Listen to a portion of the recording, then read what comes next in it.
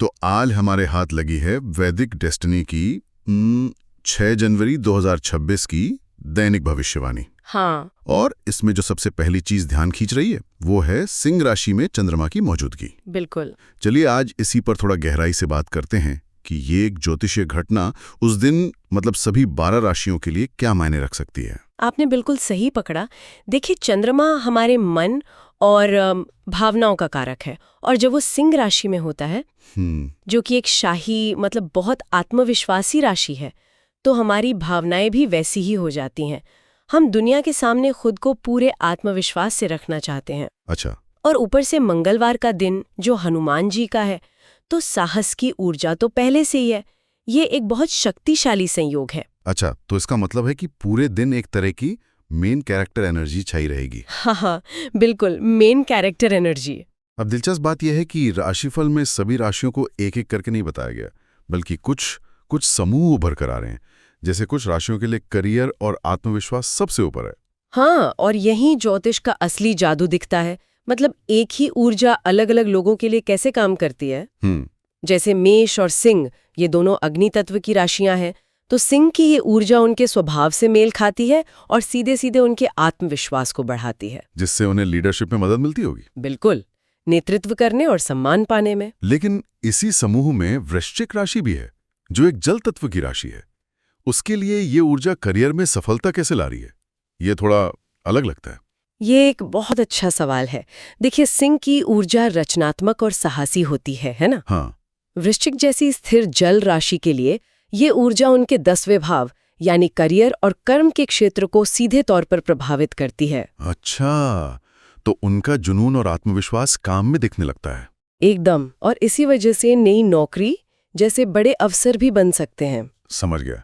तो ऊर्जा वही है, हाँ। बस उसके प्रकट होने का उसका क्षेत्र बदल गया। सही। अब ये तो हुई करियर और हिम्मत की बात, लेकिन दिलचस्प ये है कि यही ऊर्जा कुछ और राशियों के लिए बिल्कुल अलग दिशा में काम कर रही है।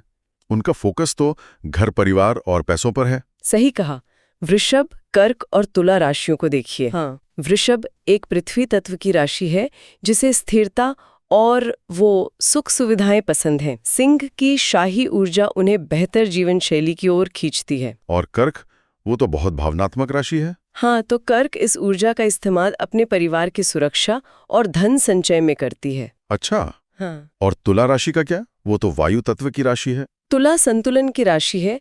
उनके लिए ये ऊर्जा आय के नए स्रोत खोलने या कह सकते हैं कि पुराने निवेश से लाभ दिलाने का काम कर रही है। तो इन तीनों के लिए सिंह की आग बाहर चमकने के बजाय उनके जीवन में एक सुरक्षा की नींव मजबूत कर रही है। बिल्कुल, भौतिक और भावनात्मक सुरक्षा।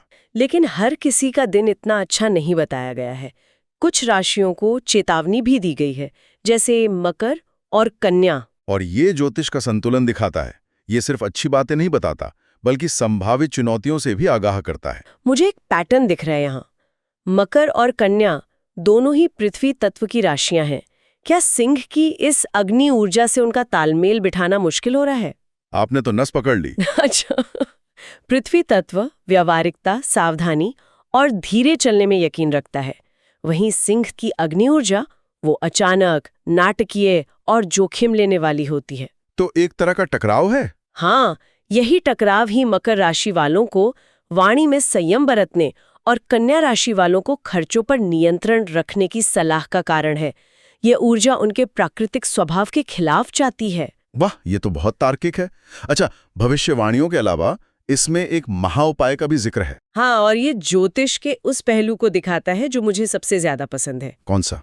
कि ये सिर्फ बताता नहीं कि क्या हो सकता है, बल्कि ये आपको उस दिन की ऊर्जा को अपने पक्ष में करने का एक जरिया भी देता है। कर्म का सिद्धांत।